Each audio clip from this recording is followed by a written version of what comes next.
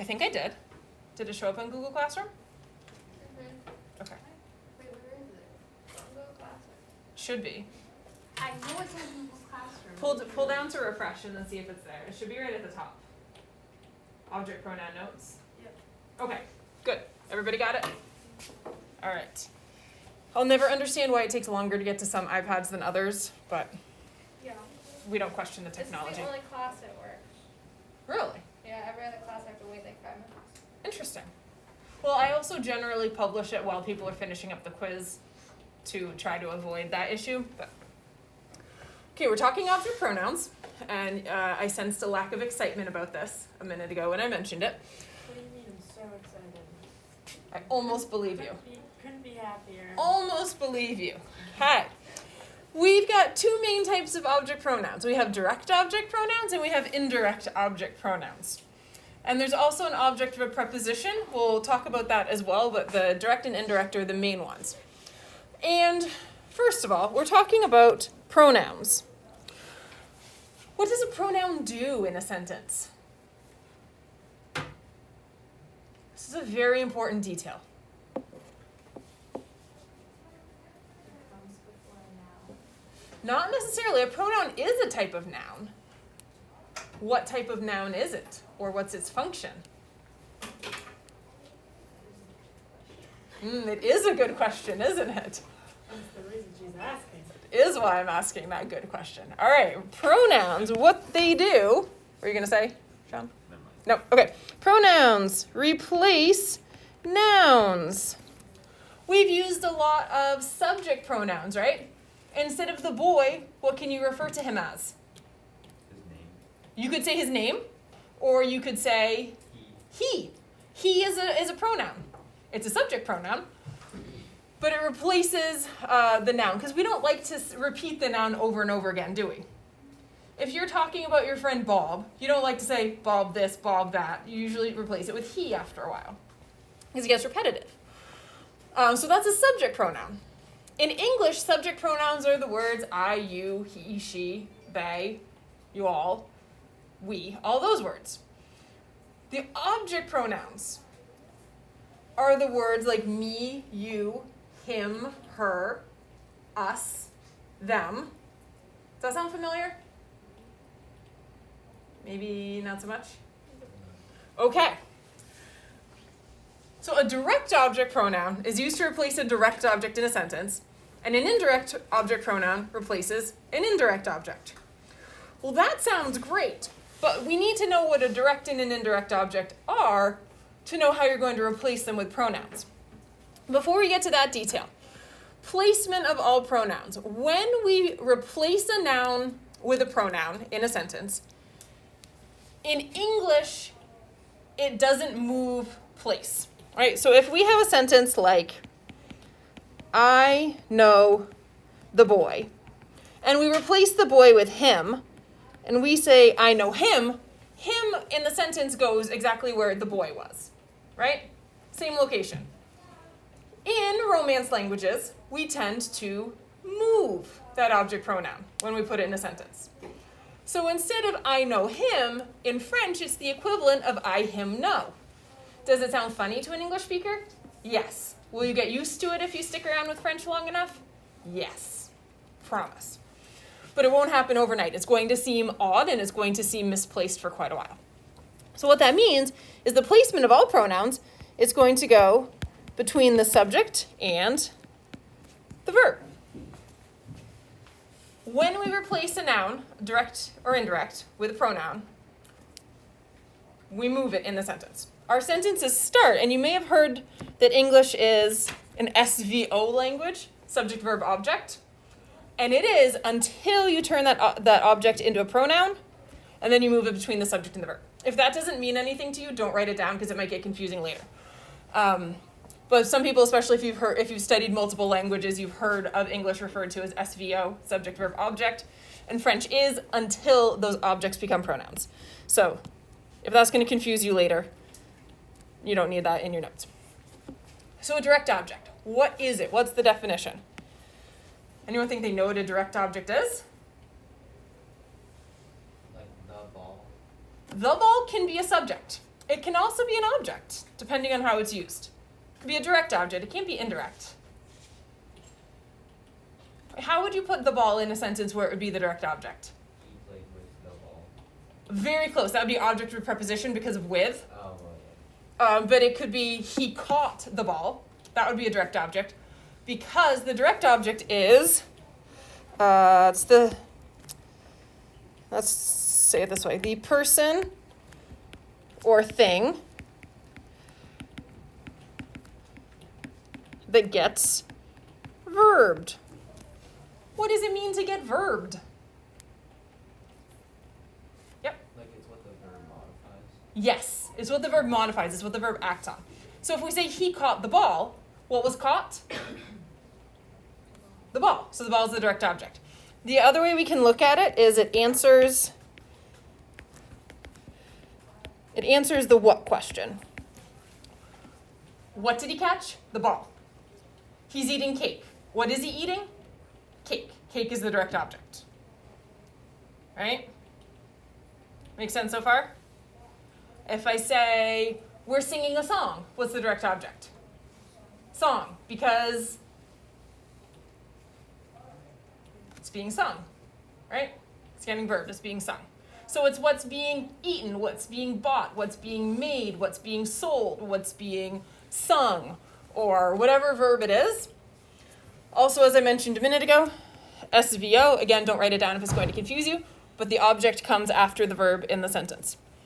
Before the verb, the subject is the person who is doing the action, and the object is what it's done, who or what it's done to. So a person or a thing can be a direct object. Then we need to replace these direct objects with pronouns. And in French, the pronouns that we're going to use are me is a direct object pronoun, and it means me.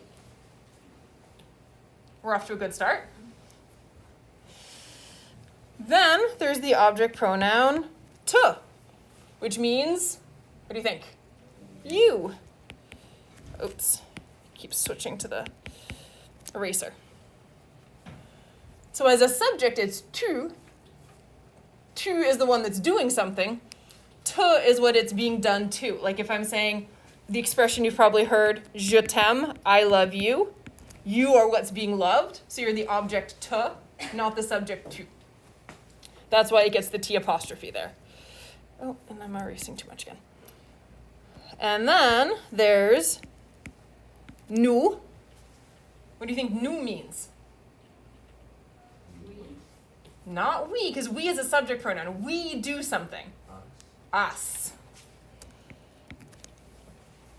But someone sees us or knows us. We don't say he knows we.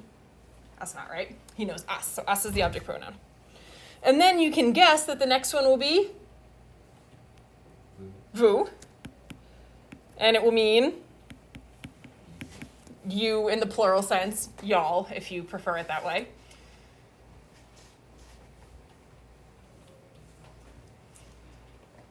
And then we have le, which will become L apostrophe in front of a vowel. What do you think that might mean? Any guesses? Them. You're getting closer. It's singular, so not them, but it for a thing or him for a person. Like if you're going to say, I know him, or we saw him, you'd use le, or I ate it would be le. Then there's also la, meaning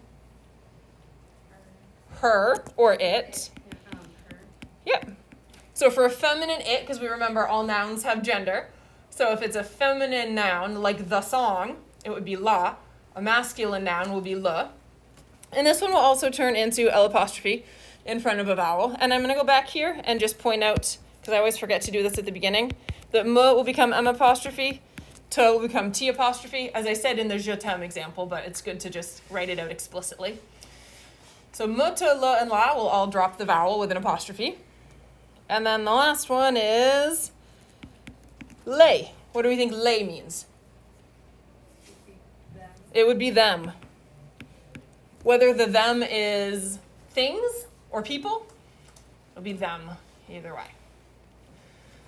So, moto nuvu lolale. If you get used to saying that over and over, sort of commit it to memory, that will help you out. So your direct object choices. Replacing a direct object, meaning replacing the thing that is verbed. Replacing a direct object, replacing the thing that is verbed. Moto nuvu lolale. So far, so good? Okay, good. Let's try using these direct objects just a little bit. Then we'll talk about indirect objects.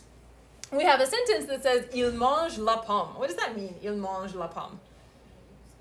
He's eating the apple. What's being eaten? The apple. La pomme is our direct object. So now we need to pick a pronoun to replace la pomme. So here's where we have to go through. We can start by process of elimination until it becomes more obvious. Is he eating me? I hope not. Is he eating you? Is he eating us? Is he eating you all? Is he eating it or him?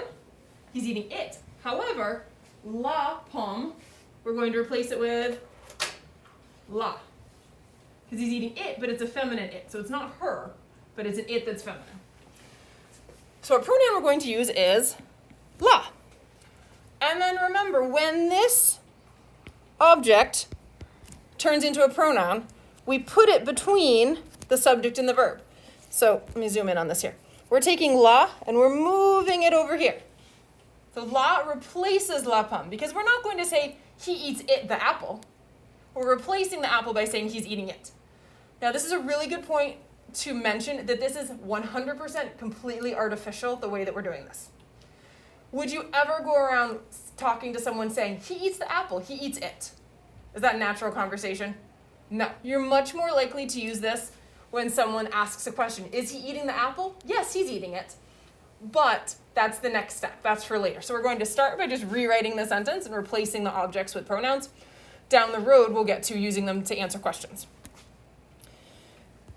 So we end up with il la mange.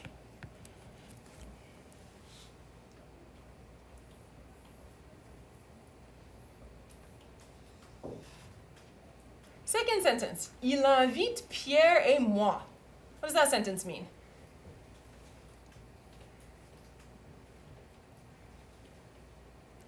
What do you think the verb inviter is? To invite. He's inviting Pierre and me. Good English grammar. Why is it Pierre and me and not Pierre and I? No, actually English. Take away Pierre. Pretend Pierre is not there. Does he invite me or does he invite I? He invites me. So that's why it's going to be he invites Pierre and me. Somewhere along the line, I think it's around middle school, people tell you it's always someone and I. It is someone and I when it's the subject of the sentence. Right? Someone and I do something. Something is done to someone and me. If you're not sure if it should be me or I, pretend the other person isn't there and see if me or I make sense. Because you'll be able to tell that way. So there's my English grammar tip of the day. One day we'll talk about the difference between who and whom. It's the same thing. Who is a subject, whom is an object. Whom is not just a fancy way of saying who, I promise. Anyway, so let's get back to this. He's inviting Pierre and me. So the direct object is who or what's being invited? Pierre and me. So Pierre et moi is the direct object. Now the question is, yeah? So the sentence before, the Mhm. il mange, if it's il la mange, it's supposed to be like, he eats that? He eats it, or he's eating it. Okay. Yeah. So what are we going to use to replace Pierre and moi? Is he inviting me? Not just me. Is he inviting you? Is he inviting us? He's inviting us. So Pierre et moi becomes nous. And how are we going to put that together? Pierre et moi is getting replaced. Remember, pronouns replace nouns, so those three words all go away, replaced by the word nous. And where do we put the nous in there? Il nous invite. Now this can look awkward because you've got nous here, but we're not ending our verb in ONS because this isn't the subject. Il invite, that's still the subject-verb combination, but we've put the object pronoun in between our subject and verb. So we still want invite to agree with the il subject over here. We're not changing that. What's happening in the third sentence? Nous regardons les films. You watched the film? We're watching movies. We're watching films. What's the direct object? What's being watched? The movies, les films. And what will we replace that with? What's being watched? It. If it were one movie, it would be it. How many movies is it? Them. Them. So we're going to choose les. Perfect. And we're replacing les films with just the word les. And what's the sentence going to end up as? Nous les regardons.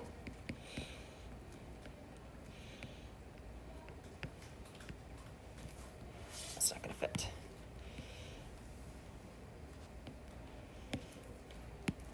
Okay. J'achète un CD. You can tell I originally used these sentences way back when I started teaching this about 15 years ago. What's happening in this sentence? I'm buying a CD. Have any of you bought CDs? Really? Okay. I have not in the last 15 years, or even more than that, actually. So I'm buying a CD. What's being bought? A CD. Un CD. Should probably update that to something like I download a song or something.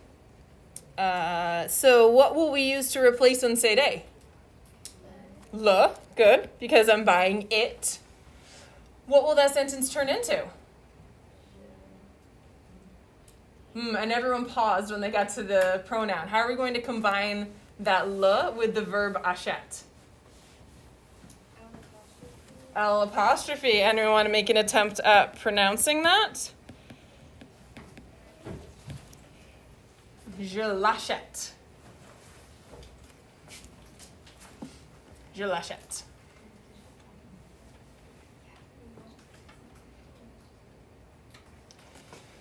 And the last one, tu vois tes amis. What's happening in this sentence?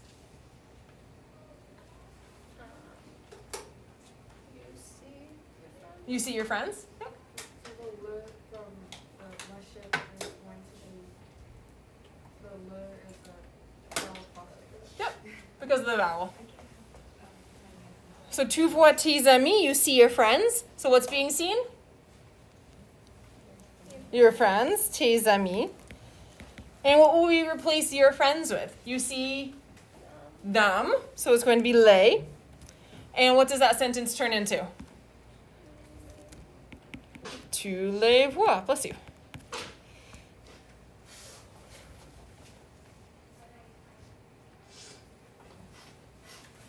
On a scale of 1 to 10, with 10 being the hardest thing you've ever done. Sounded like a 10 when I started talking about it. Where does it rank now that you've seen it in action? Like a 2, a 9, an 8? I don't think so. I feel like it's easier to understand. Yes. I understand.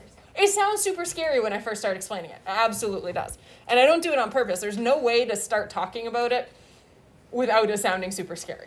It's not intentional. I'm not trying to scare people. I think English grammar just scares me, so French grammar. That's fair. That's fair. But English and French grammar isn't that different. I mean, there are differences, but your basic sentence structure is mostly the same. So that's direct objects. But we're in like the simple sentences now. Like with English grammar, we're like Yeah. we break it up so much that it doesn't Yeah. even seem like a sentence anymore. Sometimes. Exactly. It's like, is this a sentence? I don't know. I can't see it. If it has a subject and a verb, it's a sentence. As we learn more about like in English grammar, we're working on like making our sentences like more complex. Mhm. With this, we're like, Let's simplify. yes. Yeah. I wanna simplify more. Yeah. We will get later on in chapter 5, we'll get to relative pronouns where we can take 2 short sentences and connect them into one longer sentence that sounds fancier. But that's later. That's chapter 5. That's like springtime. Late winter. Because we know in Maine winter doesn't end for a very long time. Okay. The order is like similar with like the Korean and Japanese, so it's like kind of easier. Interesting. Interesting. All right, so direct objects we just decided not scary. Indirect objects also not going to be scary once you give them a try. Anyone know what an indirect object is? Okay, an indirect object is the person to or for whom, see, and I'm using whom because it's an object or preposition there. An action is completed. I'm gonna highlight person because it has to be a person. So it's when a person completes an action. That's a subject. It's the person that the action is completed for. Wait. Let me give you an example. And this is why I love Notability because I can color You code bought a things. ring for somebody. Say again? You bought a ring for somebody. Yes, Cool. that is a great sentence. I was very confused. I bought a ring for, let's stick with Bob as our example. Okay, I bought a ring for Bob. Thanks. I'm not really into I don't know how to do the whole sentence dissection. I don't know if you've seen that done with like diagonal lines coming off of things for different parts of speech. I never had to do that in school. I don't know how to do that. But here's what we're going to do. We're going to use colors here. I'm going to stick with this green here. For Bob is our indirect object. Technically, only Bob is the indirect object, but I'm going to include the for because it simplifies things. Then we have, do these colors? Yeah, these colors look different on the board. A ring. I bought a ring. What is a ring? It's a direct object. It's the what was bought.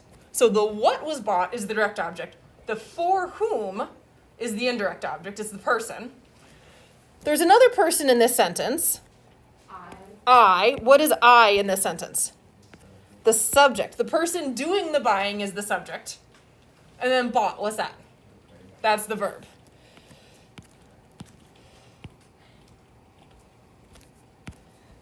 See, back in the day, I had to do my color coding with expo markers on the board, and I would never have enough colors. Trying to find a silver lining in the whole don't use paper, use iPads thing. Also, I haven't gotten a paper cuts since March of 2020 when school shut down. When we were doing our last quiz, I was like writing on it and then I went to like hit undo on my paper. No, I did that too. I've done that before on my notes. I'm like, I did. Cause like we're writing like Yeah, with a pencil. Yeah, I haven't done that yet. I have not tried to hit undo on a piece of paper, but I have tried to write No, with the I Apple tried Pencil. to switch to a highlighter on paper. It was good. Could really, really throw you off by like printing the top notability line right on a quiz. I won't do that. That would be mean. But That would be Pretty funny. funny, actually. That'd be hilarious. I was like, my pencil, wait, go ahead. until you try to switch and hit the eraser on there. All right. So I bought a ring for Bob. Ring is the direct object. It's the what was bought. For Bob is the indirect object because it's the for whom the action was completed. It was the for whom the ring was bought. The way you're going to locate this in a sentence is it's going to follow a or pour. Pour being the word for, which is if that sentence had been in French, that's what it would have been. A is for something being done to a person, for something being done for a person. So in a sentence, like we've got down here, you're going to see à moi, à mes parents, à ton cousin. I should have mixed that up better and used pour in a sentence there, but you get the idea. Pronouns that can replace an indirect object. We only have 6 here because we just do. There's not a real good reason why. We're going to reuse some of them. We're going to reuse me, te, nous, and vous. Same meaning. The only difference is that me, instead of just meaning me, is going to mean to or for me. Like you give something to me, or you make a cake for me, that kind of thing. Te is still going to mean you, but in the sense of to you or for you. Nous is still going to mean us, in the sense of to us or for us. Vous is still going to mean y'all, to y'all or for y'all. And then the last 2, we have Louis and we have leur. This is where it goes gender neutral. Instead of using le and la for the direct objects, we have just lui, which means to or for, him or her. So if you just see lui in a sentence, you don't know if it's him or her. But that being said, you shouldn't use pronouns out of nowhere without having already used the noun that is, here's a fancy grammar word, the antecedent. The antecedent is the noun that a pronoun is replacing. So in this sentence, for Bob would turn into Louis. The antecedent is Bob. It's the noun that it was replacing. When I had this absolutely ridiculous English teacher that I don't know if I told you horror stories about him before, but he was sophomore English. And anytime we wrote an essay, if you used a pronoun, you had to draw an arrow to the antecedent. You, first of all, were not allowed to use the word it, ever. But if you said him or her, you had to draw a line and then circle the noun that was the antecedent, because you weren't allowed to just use him or her without context, without the reader knowing who that person. That's But the annoying. reader would know. Only if you wrote it well and had an antecedent. If you just came out of nowhere, like if I just walked up to you and be like, he looks really sad today, doesn't he? You're like, who? Right? So there has to be context for that. That's what the antecedent does. So there were so many reasons why this teacher was horrible, but that was good training for just the fact that you can't just throw around pronouns willy-nilly. You have to have an antecedent for them. Anyway, so if we look at these sentences, and leur is them, to or for them. And there's no it option for Louis because it is the person to or for whom an action is completed. I would give you that an indirect object could be an animal, but an indirect object is not going to be a tree or a table. Do you do things for a tree or for a table? Would you say like I watered the tree, or I got water for the tree? I don't know. It would probably be better for the flowers, but. Yeah, I mean, if you watered the tree, it's a direct object, it's being watered. If you got water for the tree, yeah, probably. For our purposes, they'll only be people, just to Okay, simplify that's it. good, But I point this out because, and I want to go back up here and remind you that what we wrote here is the person or thing. So a direct object can be a person, a direct object can be a thing. Sometimes people will see an object in the sentence, they go, oh, it's a person, it has to be indirect. No, people can be direct objects as well. People can be loved, people can be known, people can be seen, people can be driven someplace. That might specifically be the sentence where everybody gets it wrong, but we'll get there in a minute. Okay, so if we look at these sentences here. Marc lance le ballon à moi. Sometimes we're going to have a direct and an indirect object. Sometimes we'll only have an indirect, but we're only worrying about the indirect for right now. What's it mean to say Marc lance le ballon à moi? Yeah. He throws the ball to me, or he throws it at me. So what is the indirect object? To whom is the ball being thrown? Me, à moi. And then we need to replace that with a pronoun. So our choices are me to nouveau, Louis leur. Me. And still, direct and indirect objects, all pronouns, we put them between the subject and the verb. So this à moi is getting replaced with me, and where does it go?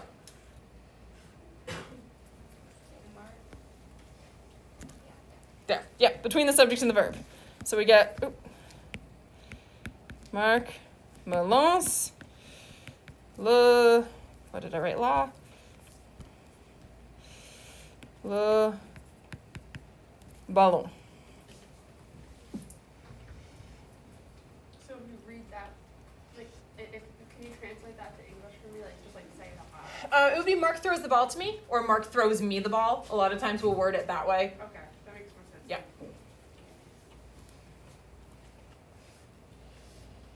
Down the road, not this chapter, I think it's in chapter 6, we'll learn how to replace directs and indirects at the same time, but not yet.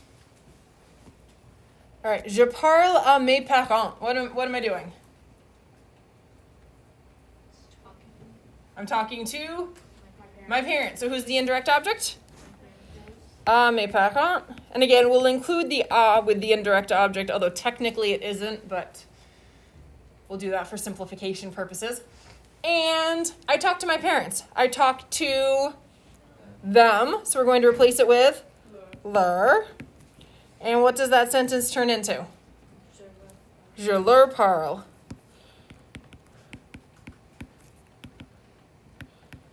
Good. See, not scary either, right? Okay. Tu écris à ton cousin. What's it saying? Yeah. Are you writing to your cousin or do you write to your cousin? So what's the indirect object? À ton cousin, to your cousin. And what would I replace that with? Louis, yeah. Because I'm writing to him. Or are you writing to him is what we could replace that with. Now we're going to end up with some vowels together here. Do you notice that I did not write, well, let's repeat this. M and T can drop the E for the apostrophe. Louis is not going to drop any letters in front of a vowel. So M, T will drop the E just like they did for direct objects, but Louis is not going to. So what we're going to end up with here is tu lui écris. And this is a situation where we just have to deal with those vowels. And I guess technically that was a question. Tu lui écris. Are you writing to him or do you write to him?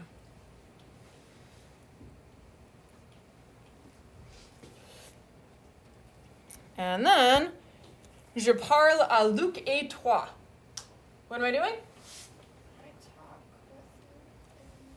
Talking to Luke and you. So if I were just talking to Luke, what would the pronoun be? Louis, him. If I were just talking to you, what would the pronoun be? Te. But if I'm talking to you and to Luke, I'm talking to you all, so I'm going to replace it with vous. Good. So, à Luc et toi is the indirect object, turning into vous. And so what does our sentence become? Je vous parle. Okay. On a scale of, this is super duper easy, or this is super duper hard and I might as well have been on the moon for the last long period of time, and poor Ben's going to have to watch this whole thing on a YouTube video, or somewhere in between. How do we feel? I can work with that. That's not bad at all. All right. We're not going to go into the other pronouns right now. The way I have it divided is we practice direct and indirect. Then we talk about the other pronouns, the E and all. We practice those. Then we mix it all up together. So we're going to stop right here. We're not going to fill those notes in because there's no sense in confusing you at this point in time. I can stop this and then we'll go into the practice.